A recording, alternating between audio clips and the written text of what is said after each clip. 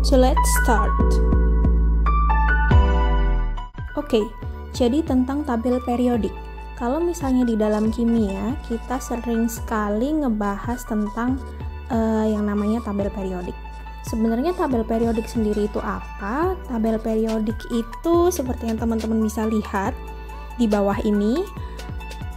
Dia bentuknya seperti tabel, ada berbagai macam warna yang berbeda. Terus habis itu bisa kita lihat juga ada huruf-huruf simbol, kemudian ada angka-angka juga, dan itu semua ada maknanya.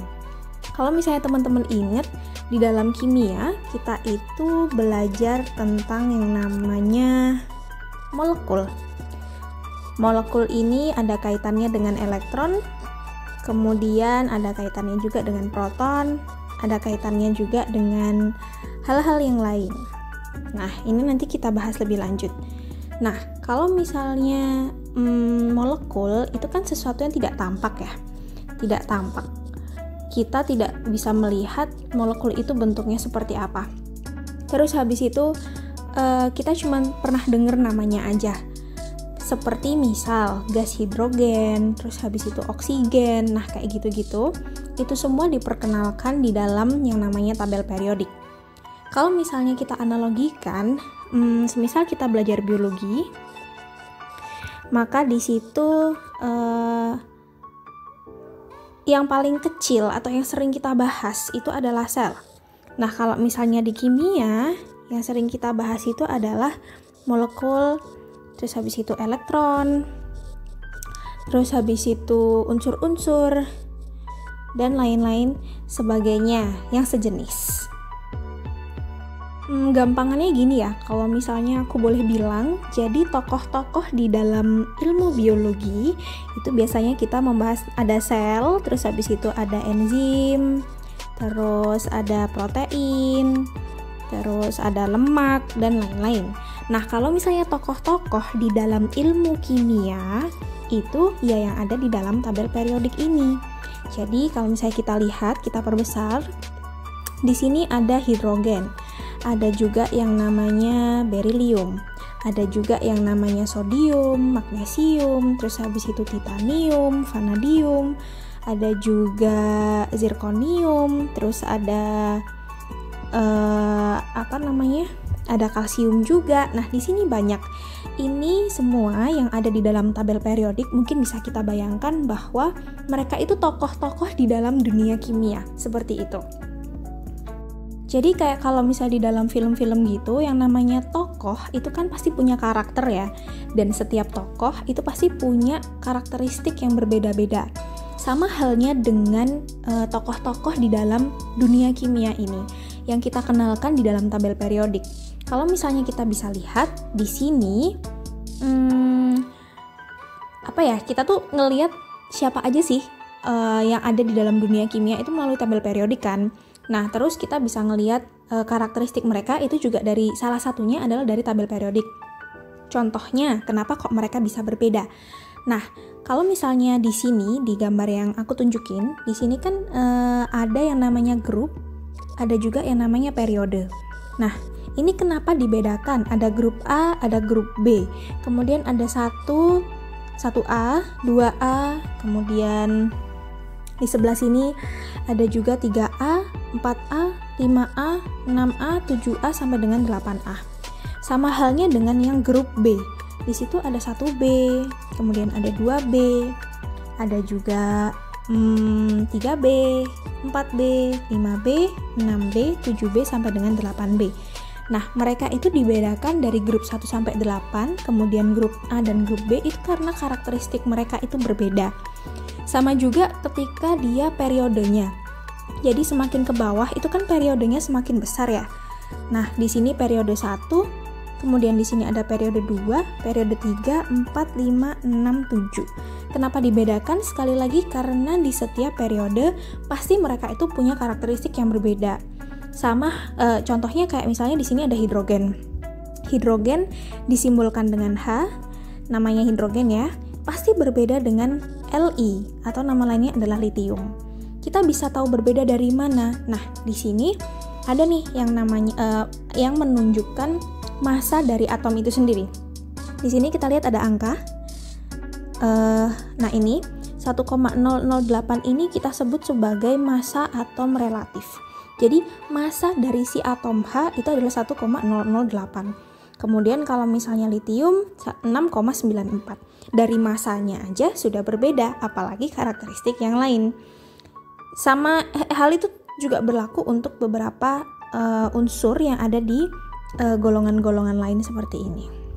Kemudian ada juga di sini, hampir lupa, ada juga yang namanya golongan lantanida dan juga aktinida. Mungkin itu bisa kita bahas lebih lanjut nanti. Sederhananya dalam membaca tabel periodik itu seperti itu. Mungkin yang perlu aku tambahkan adalah di sini untuk golongan 8A ini disebut juga sebagai golongan gas mulia. Kenapa dia disebut sebagai gas mulia? Karena sifatnya itu sudah stabil. Nah, sifat sudah stabil itu yang bagaimana? Mungkin nanti akan aku jelaskan lebih lanjut di belakang. Sebagai catatan, mungkin aku akan menambahkan di sini bahwa kimia, sekali lagi, kimia itu adalah ilmu yang abstrak. Kenapa kok dia disebut sebagai ilmu yang abstrak? Karena tokoh-tokohnya gitu kan, tokoh-tokoh di dalamnya itu tidak tampak. Jadi kita tidak bisa melihat gitu sebenarnya siapa yang bereaksi dengan siapa, kemudian menghasilkan siapa. Itu kita tidak tahu. Bagaimana mulainya terbentuk H2O, atau dengan kata lain dia adalah air ya. Itu terbentuknya gimana sih? Kok bisa? Apakah memang sudah dari awal dia itu ada, ataukah melalui suatu reaksi tertentu baru dia ada? Kira-kira bisa nggak kita itu menciptakan air dari di sini kan ada unsur H nih, ada unsur H, di sini juga ada unsur O. Bisa nggak sih kalau misalnya kita itu kemudian mencampurkan H dengan O yang akhirnya menjadi H2O? Apakah sesederhana itu? Apakah memang H2O itu sendiri sudah ada di alam dan diproduksi oleh alam? Nah, itu kita tidak bisa mengamati secara kasat mata gitu ya. Kalau misalnya di biologi kita bisa kan ngelihat sel melalui mikroskop. Nah, ini tampak gitu. Kita bisa melihatnya gitu, maka kita jelas bisa tahu apa yang terjadi. Mungkin kalau misalnya teman-teman pernah belajar biologi, ngelihat di mikroskop itu kan ada bakteri-bakteri yang berjalan kayak gitu-gitu ya. Nah, itu masih bisa diamati. Tapi kalau kimia itu sendiri dia tidak bisa diamati, atau mungkin lebih tepatnya belum ada alat yang bisa melihat elektron itu bentuknya gimana sih, terus habis itu proton itu bentuknya gimana sih, atau mungkin molekul-molekul yang bervibrasi itu vibrasinya kayak gimana sih, yang bener-bener tampak mata, kayak gitu. Itu sejauh yang aku tahu memang belum ada. Cuman tenang, kita tetap bisa mempelajari itu gitu ya, meskipun memang tidak benar-benar bisa ngelihat gitu. Jadi memang poin penting di dalam kimia itu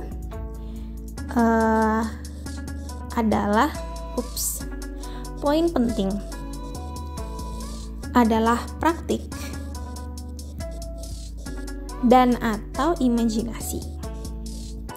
Jadi kalau misalnya sekarang kan tidak semua sekolah atau tidak semua tempat itu memfasilitasi alat-alat untuk praktik ya. Tapi tenang aja karena kita punya yang namanya imajinasi. Jadi kita harus mengembangkan imajinasi kita untuk membayangkan gitu. Kira-kira apa sih yang terjadi dengan ilustrasi yang diberikan, dengan konsep-konsep yang kita pelajari. Imajinasikan, bayangkan. Seperti mungkin yang tadi aku bilang bahwa jangan takut dengan apa yang ada di dalam tabel periodik, karena sebenarnya mereka tuh cuman tokoh-tokoh dalam dunia kimia aja, dunia kecil, dunia kimia yang kita tuh nggak tahu di dalamnya apa. Cuman kita taunya ada karbon, ada hidrogen, ada oksigen, ada klorin, terus habis itu ada juga sulfur dan lain sebagainya. Cuman kita tidak melihat seperti itu. Analoginya kurang lebih seperti itu. Jadi mungkin pesan dari aku pribadi, tidak perlu takut untuk mempelajari kimia karena meskipun dia abstrak, dia masih mungkin untuk dipelajari gitu. Poinnya ada di sini. Kalau misalnya imajinasi kita kuat, atau apalagi kalau kita difasilitasi dengan praktik, itu akan lebih bagus lagi. kembali ke tabel periodik. Sesederhana itu ya untuk membaca tabel periodik. Yang penting kita tahu bahwa di situ ada golongan, kemudian ada periode.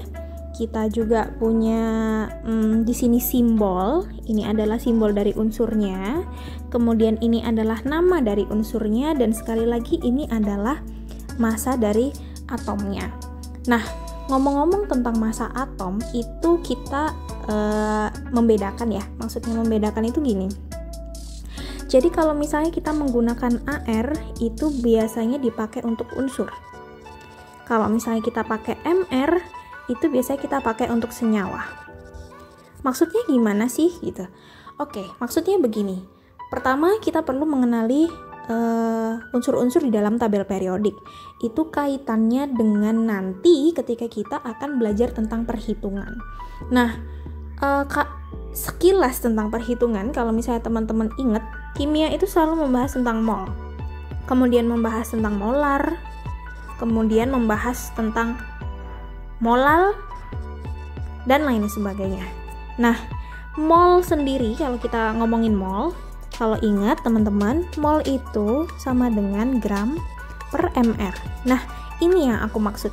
Kalau misalnya kita pakai mr berarti dia untuk senyawa, dan kalau misalnya kita pakai AR berarti dia untuk unsur. Oke, misal nih ada contoh soal. Ditanya, wait. Nah, misal kayak begini ya. Ada contoh soal kayak gini. Ditanya, berapa mol Cl 35,5 gram